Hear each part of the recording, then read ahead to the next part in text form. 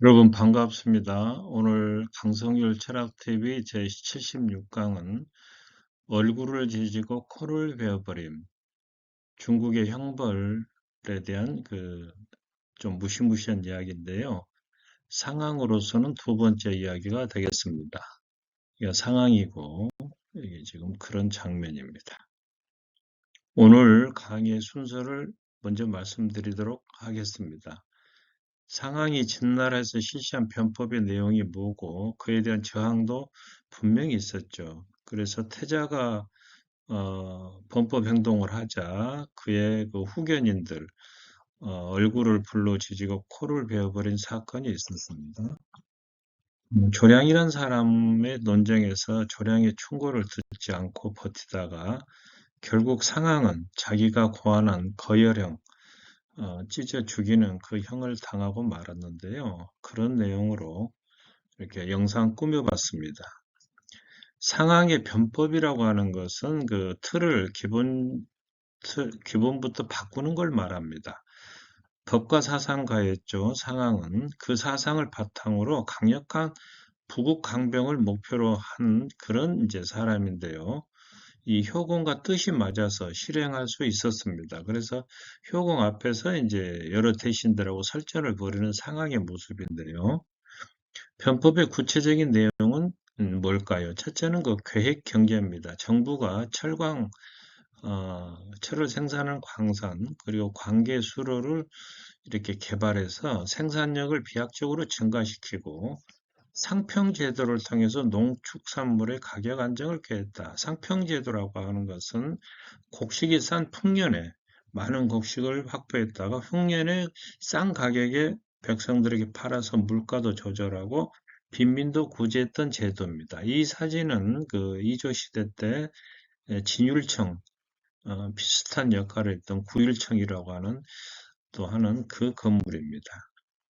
또 전쟁터에서는 어떤 분야에서든지 국가를 위해서 공을 세운 사람에는 합당한 자기를 주고 잘못을 저지른 자에게는 형벌을 이룬 신상필벌을 시행했습니다. 여기에 이제 얘기에 나온 내용 중에 군자 불이구 예인이라, 군자는 입으로만 예인, 사람을 칭찬하지 않는다. 칭찬은 말과 행동으로 반드시 어떤 대가를 줘야 한다. 이게 신상필벌을 나타내는 그림입니다.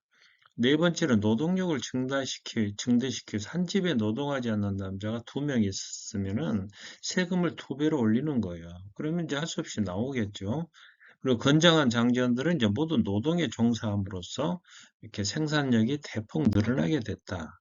노비를 해방시켰습니다. 이 사건은 귀족들의 세력도 약화시킬 겸 양인, 정상적인 평빈을 많이 만들어서 이제 그들로부터 또 세금도 받고 하니까 국가 재정도 늘어나는 거죠.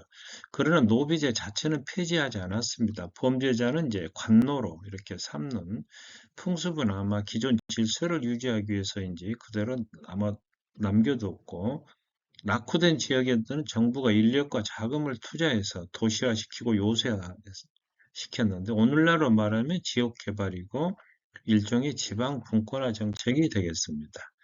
초기에는 상업이 농업의 발전을 저해하는 요인으로 봤기 때문에 강력히 탄압하다가 나중에는 이제 국력이 좀 올라가자 농업과 이렇게 상업의 균형적인 성장을 도모했습니다.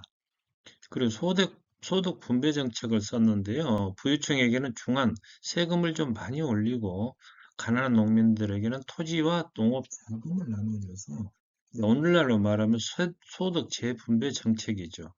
그리고 중산층과 자영농을 성장시켜서 농업 생산력을 증대시켰습니다.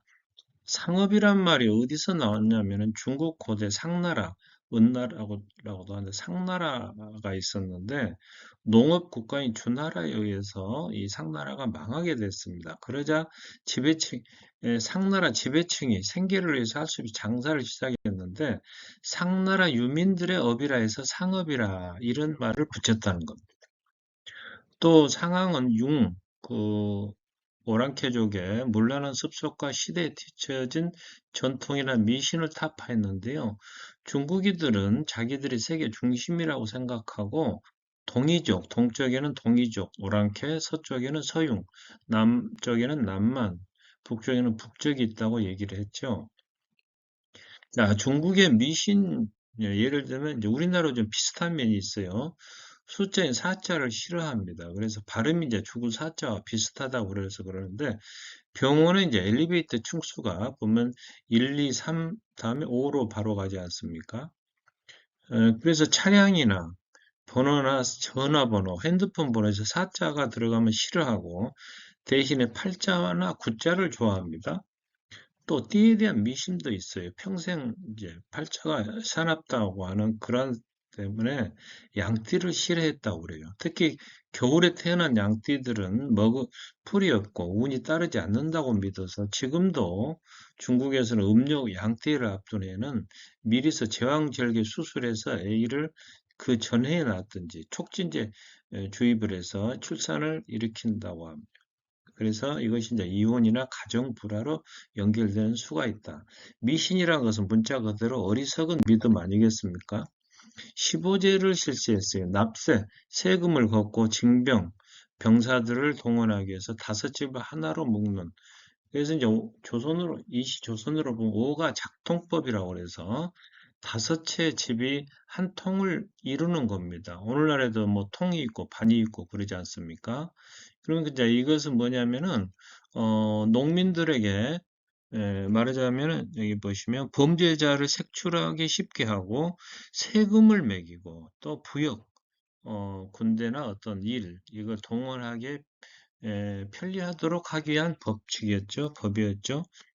어, 조선시대 헌종 때는 천주교를 탄압하는데 이 법이 이제 이러한 제도가 이용이 됐던 겁니다. 그리고 농촌에서 이탈하는 것도 방지하고 이제 그런 제도가 이제 중국에 이미 상하이 실시했다는 얘기죠. 20등작제를 이제 말하자면 국민들의 백성들의 등급을 20계급으로 만들어서 봉건적 신분제를 폐지하는 대신에 이 공과 잘하고 못하는 게 따라서 승급과 강등, 그러니까 올리기도 하고 내리기도 했다 이겁니다. 그래서 천자가 제일 꼭대기에 있고요. 그 다음에 재우는 이제 공우백잔남 해가지고 이 서양하고 좀 비슷해요. 이 용어 자체가. 그 다음에 이제 사대부 그 중에서 대부라고 하는 경이 있고, 그 다음에 선비들이 있고, 제일 아래 이제 평민들이 이렇게 있습니다. 중앙 집권화 정책을 썼는데요.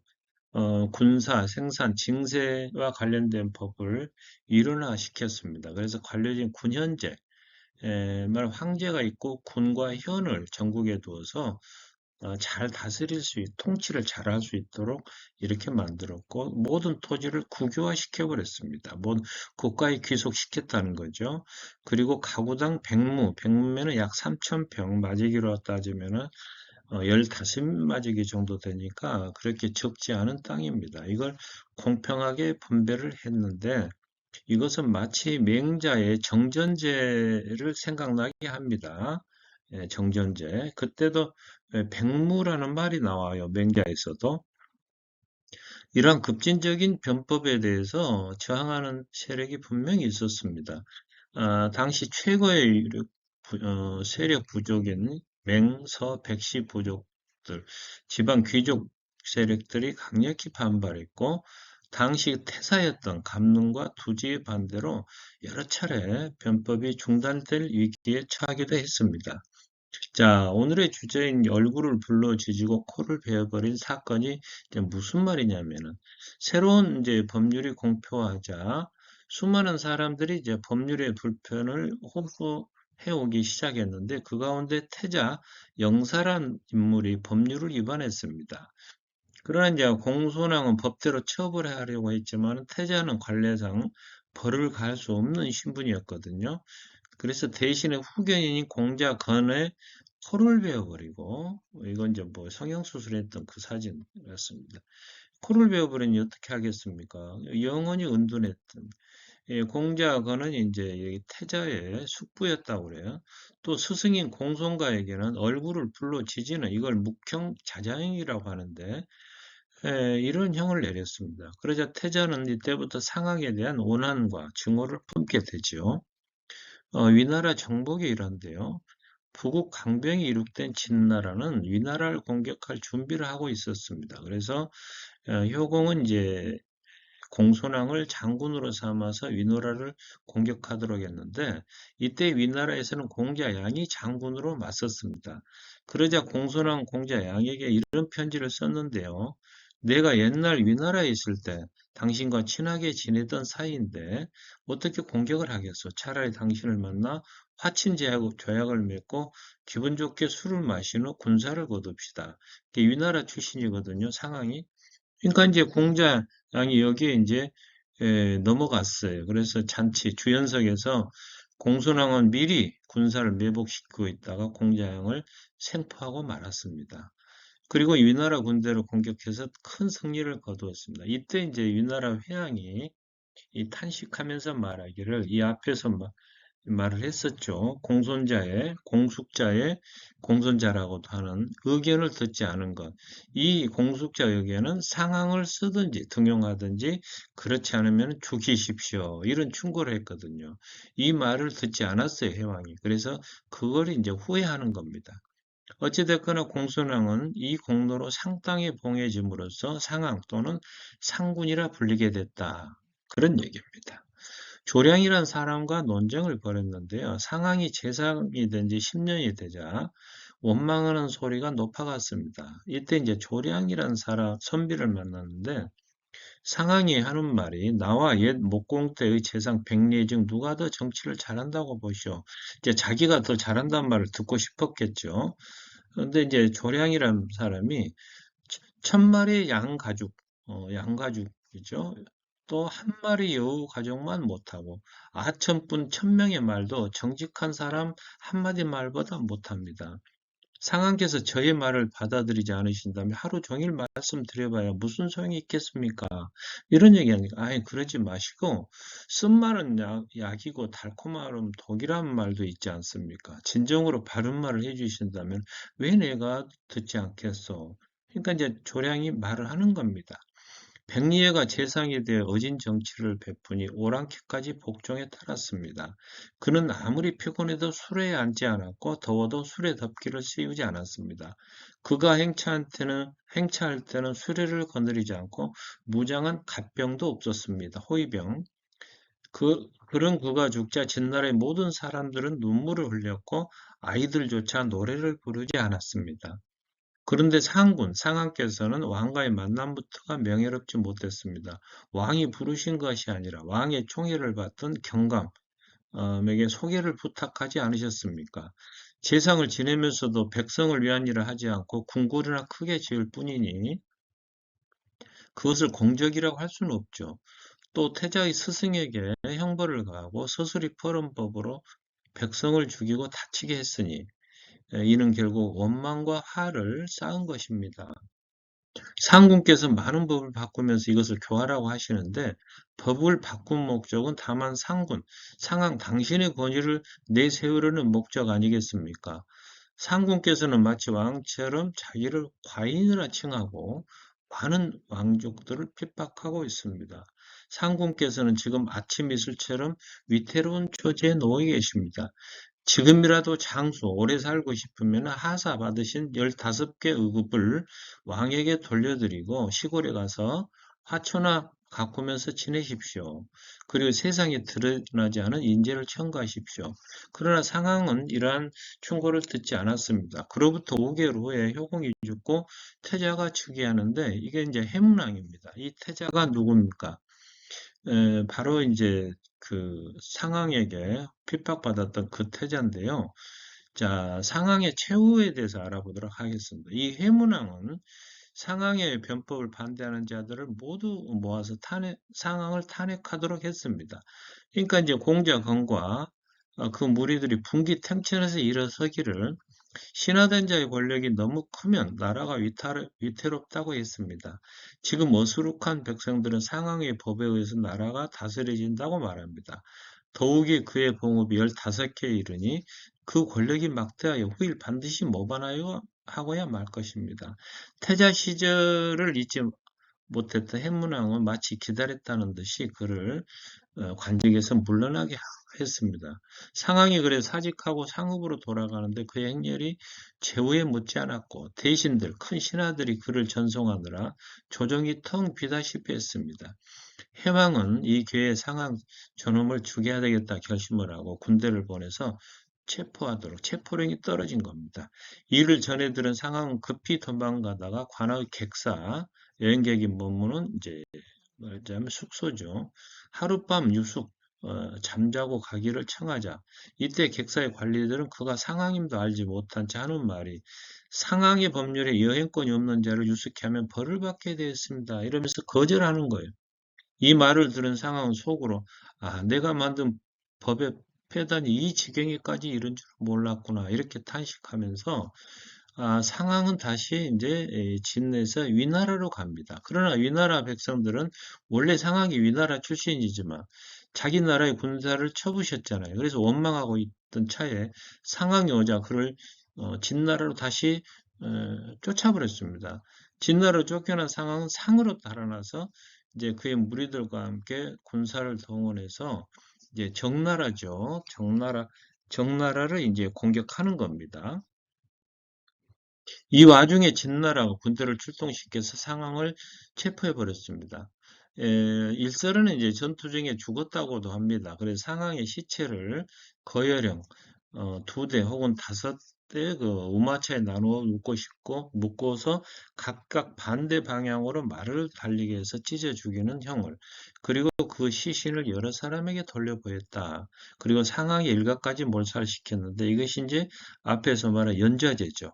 그래서 사람들은 이러한 상황에 대해서 자기가 만든 법에 의해서 죽은 자다 이렇게 희롱했다는 거죠. 상황에 대한 평가입니다. 해문왕은 상황을 처형시켰지만 그가 시행한 변법을 그대로 이어받았어요. 그 인습과 봉건적인 구습에 얽매이던 진나라를 강국으로 만든데 이 변법은 결정적인 기여를 했고 진나라는 상황이 쌓아올린 부국 강병의 기반 위에서 더욱 강성해졌습니다. 그래서 상황이 정비한 법과 제도에 는 결국 진나라의 이렇게 시황제로 하여금 중국 역사상 최초의 통일 국가를 만들게 된 힘의 원천이 됐다. 진시황제가 이제 만리장성 아닙니까? 오늘 강의를 마무리해 드리도록 하겠습니다. 상황의 변법에 대해서 말씀드렸고 태자 영사가 법을 위반하자 그의 후견인과 스승을 벌을 주었다. 그래서 태자는 여기에 원한을 갖고 있다가 결국 즉위하자마자 상황을 거열형에 처했다. 그러나 해문왕은 변법은 그대로 시행해서 나중에 말하자면 진나라가 중국 역사상 최초로 통일국가를 만드는데 수립하는데 결정적인 기여를 하게 됐다. 그런 얘기입니다. 영상이 좋으셨다면 구독과 좋아요 부탁드리며 오늘도 시청해 주셔서 감사합니다.